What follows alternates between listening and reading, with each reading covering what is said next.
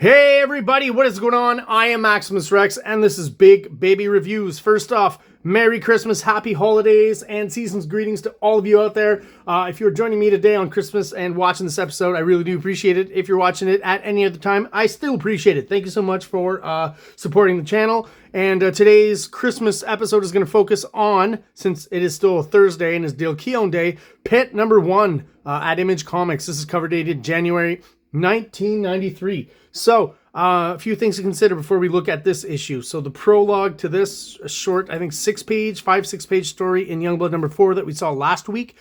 Okay, so that's not so far away. You can go check out that review if you want to see kind of the prologue to this issue, because if you don't see that, you might be a little bit confused as to what's going on here.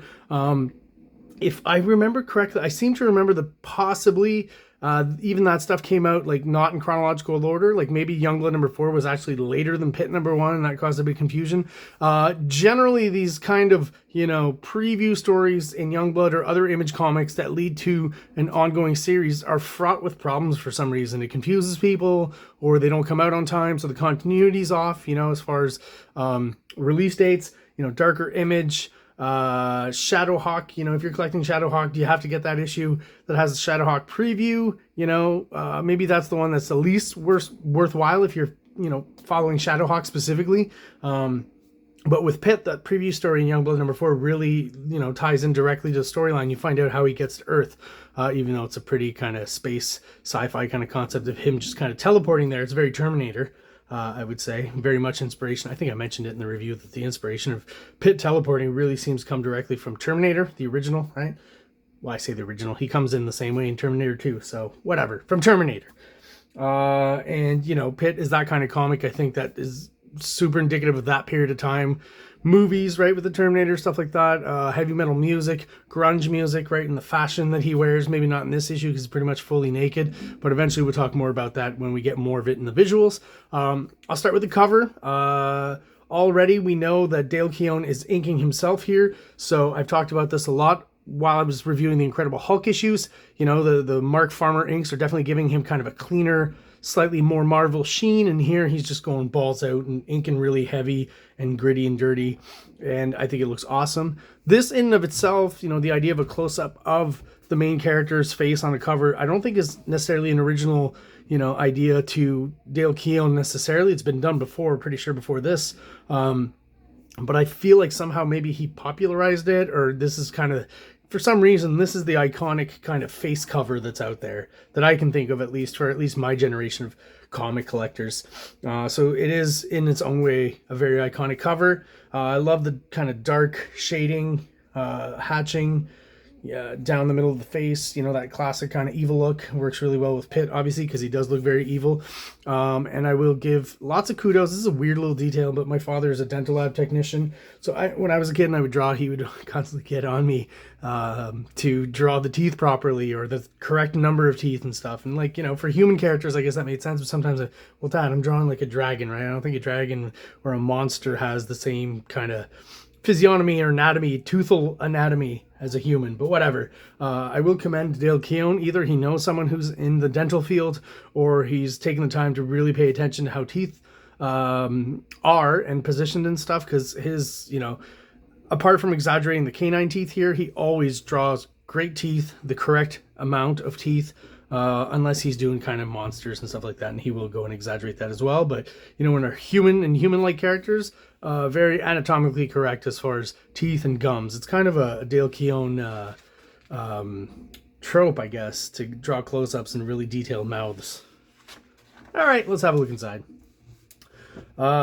So credits page, PITT created by Dale KEOWN from Full Bleed Studios, pencils and inks Dale KEOWN, writer Brian Houghton. I think he might leave later on. We'll find out, I guess. But eventually, I think just Dale KEOWN is writing, or maybe someone else. We'll find out. Letterer is Chance Wolfe, colorist Joe Scioto. And so you'll see a lot of the same kind of color scheme that you saw in Cyberforce. But I do find that for some reason, it works better on Dale KEOWN's art than it does on Mark Silvestri's. Not quite sure why, but just something I feel. And all the optics do the color separations, and there are PITT pinups at the end, and it's fun they include them there. Sam Keith and Jim Somerville that we're going to see at the end. Respectfully dedicated to Jack Kirby and Joe Sinnott. So I guess he's a big fan of the Fantastic Four. That would make sense, right? And, or at least the 60s around the Fantastic Four. Thank you to the Image guys and gals. All right, so, you know, welcome aboard, Dale Keown. One thing about this issue, and it has been talked about before, I'm not sure if issue 2 of PITT switches over to glossy paper, or issue 3. Anyways, early on the PITT series, they're going to switch to glossy paper. We're going to get kind of clearer images on that glossy paper. I've talked about this before, how the black is pure black. Doesn't really get faded, where here you can see the black is faded a little bit because this is that quality newsprint paper. But also there was some sort of, it's been talked about that there was a production issue with this particular issue of PITT where the art came out a bit darker and kind of muddier. And, you know, I got to say personally, I think it fits the artwork really well. And there's just something cool about it. And fits the subject matter of PITT, right? So here's our first big shot of PITT here, walking around naked. Like I said, very reminiscent of the Terminator, I would say, with this shot here. I'm not sure if this takes place in New York or LA, but I could believe this is LA right here.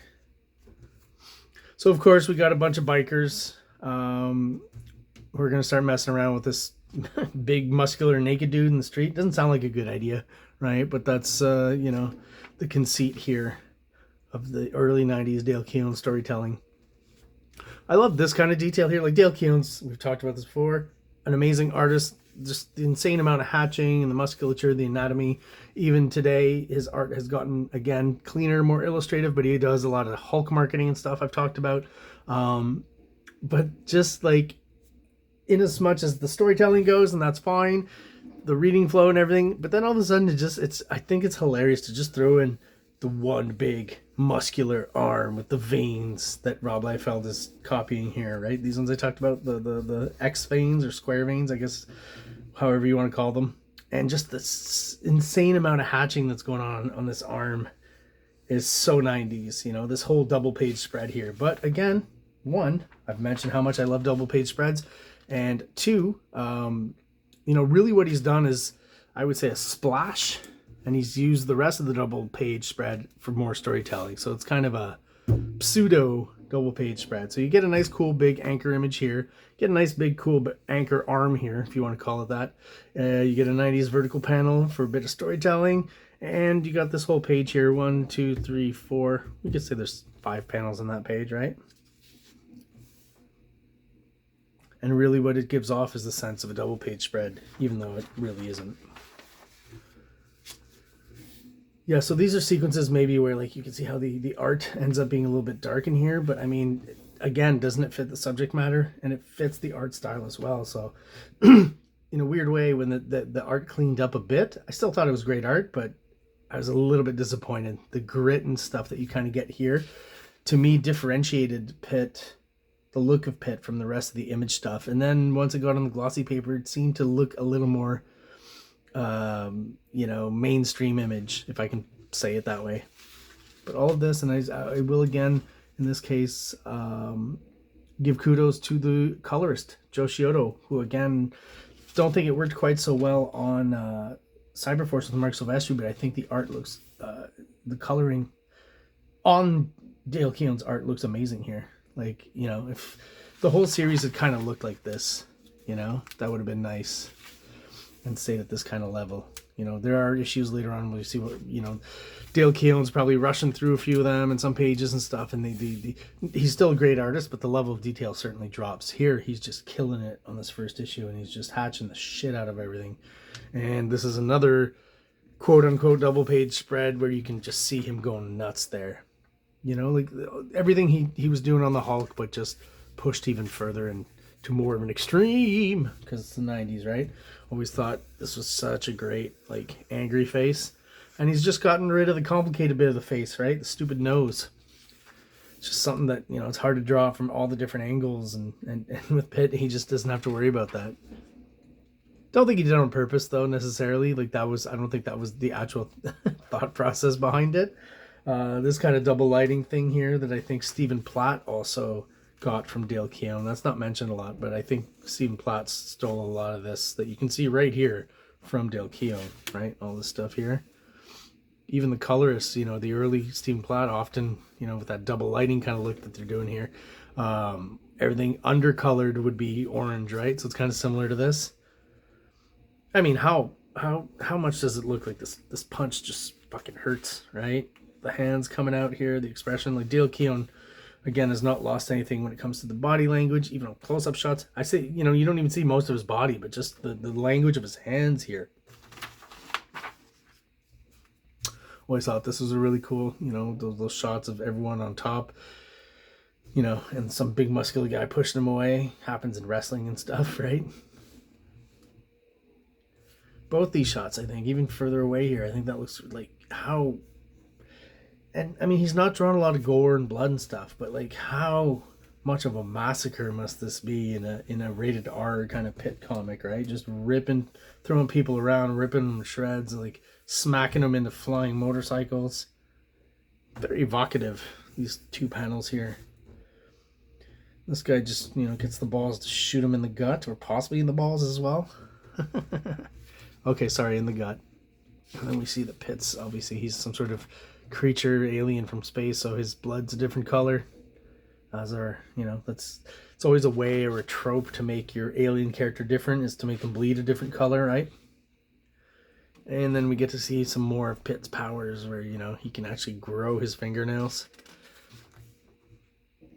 Kind of a, yeah, I never really considered the Wolverine aspect, but certainly Sabretooth, I guess you could say, kind of mixed in with the Hulk is what PITT is.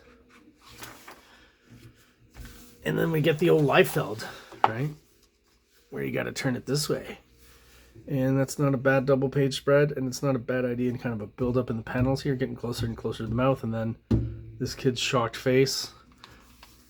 And of course we got to talk about this here, right? And again, all this kind of underlighting from the shadow and the double lighting, and the coloring just is, to me, awesome with Dale Keown, and something that Stephen Platt just completely ripped off from. A lot of the inking in this midsection and stuff, you really pay attention here, you got a lot of the stylistic ticks of Stephen Platt right there on a platter. So we shift to B story with Timmy, who's somehow tied to PITT, right? If you just looked at the ads and stuff, that much should be obvious at this point. I will say this is like this first issue, and I'm looking through it again, but like I remember as a kid was very satisfying. Like as a first issue of PITT, I got a lot of what I expected from that comic, and more, right? He was actually going there with like the B story with Timmy, and then there's a C story with these cops here. So they are in New York, right? I assume. Looks like the Twin Towers. They were still up back then. NYPD case. There you go. So they established Timmy again. As opposed to the PITT pages, it's very kind of Marvel and by the book.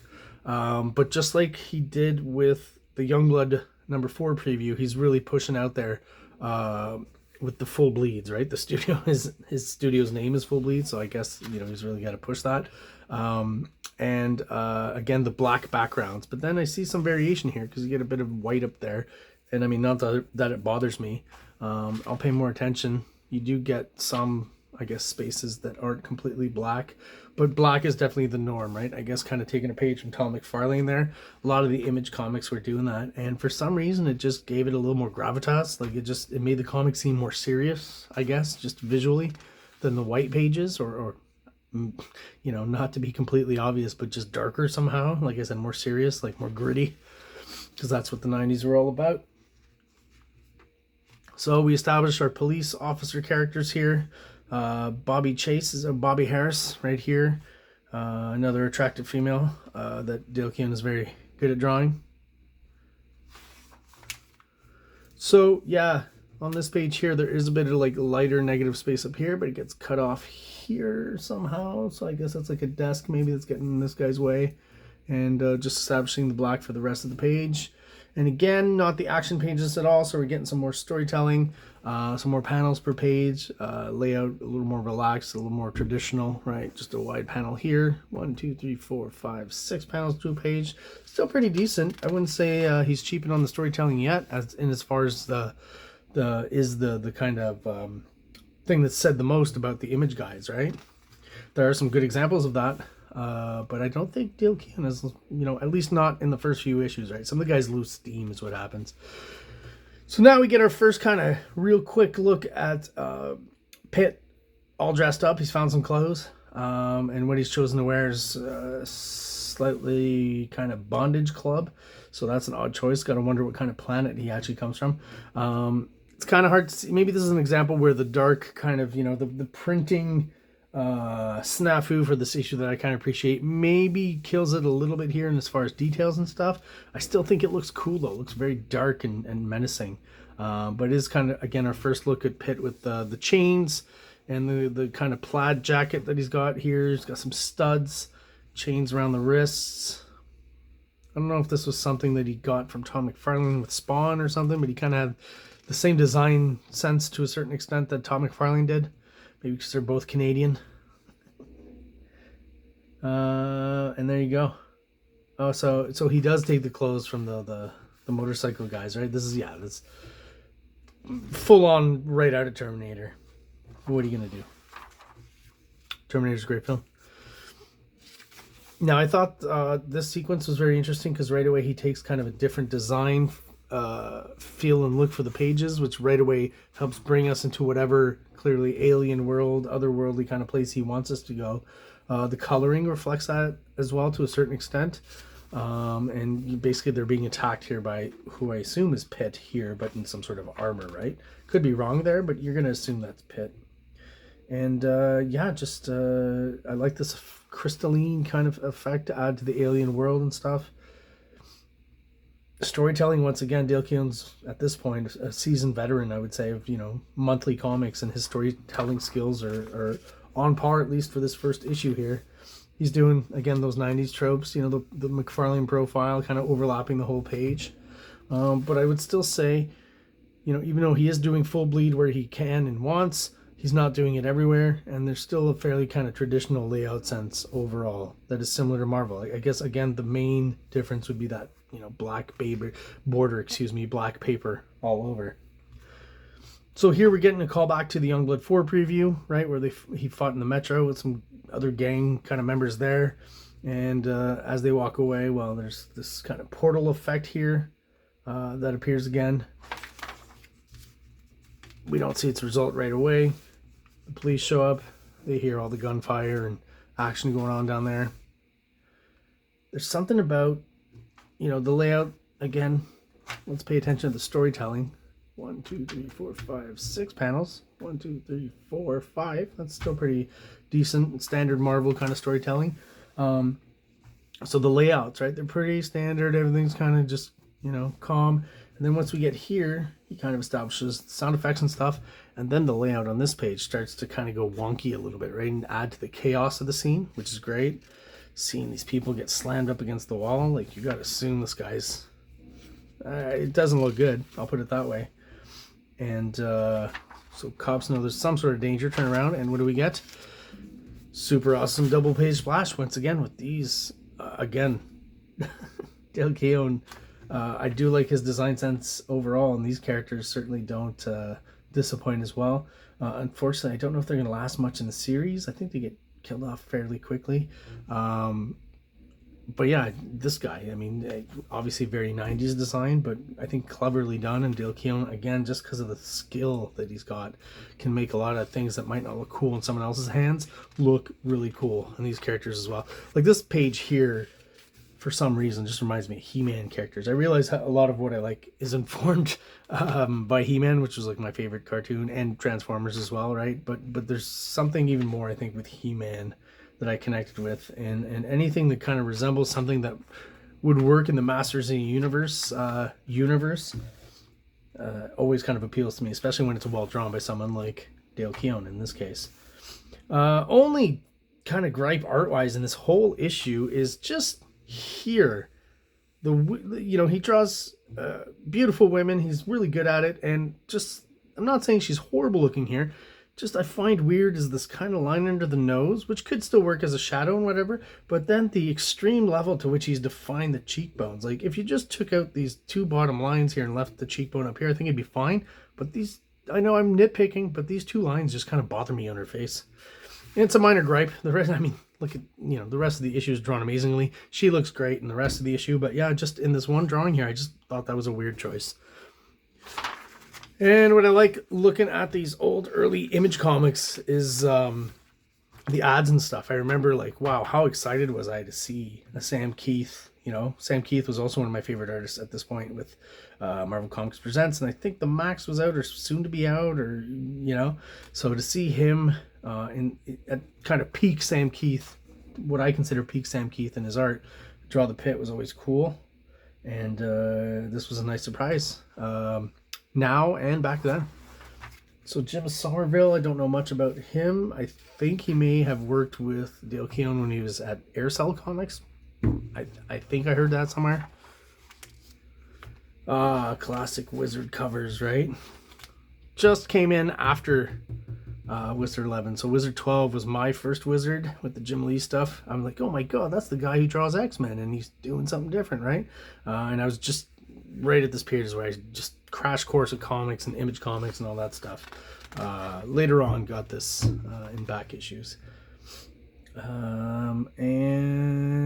This is Wetworks in number 15, but I don't think Wetworks actually came out in around that time, even though they were on the cover, right? Those when Whilce Portacio had a sick family member and he was able to join. Seems like it was such a long time that he was, you know, before he actually established Wetworks when I was a kid. But I think looking back, it was only just like a couple of years or something. But he did miss kind of the height, the height of the Image kind of boom period. I think Whilce Portacio would have been one of those guys who probably would have made, you know, the big bucks like the other Image original 7, who became kind of the original 6, had he started around the time that they did. By the time he actually did put out Wetworks, the comics market and the Image market specifically had kind of died down quite a bit, you know. So I think it was still fairly successful in terms of when it came out, but compared to the original numbers of everyone putting out their first #1 issues, you know, Tom McFarlane, Rob Liefeld, Jim Lee, etc., you just couldn't compare to that. So there you have it, guys. That's my quick review of Pit #1 for Christmas. Don't want to waste too much of your time. Go out and celebrate with your friends and family.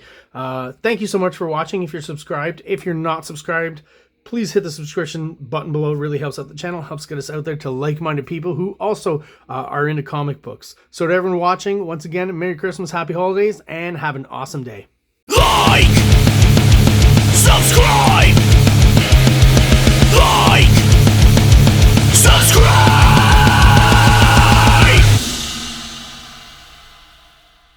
King Comics presents Big Baby, Volume 1, Issues 1 to 13, 204 pages of story and art.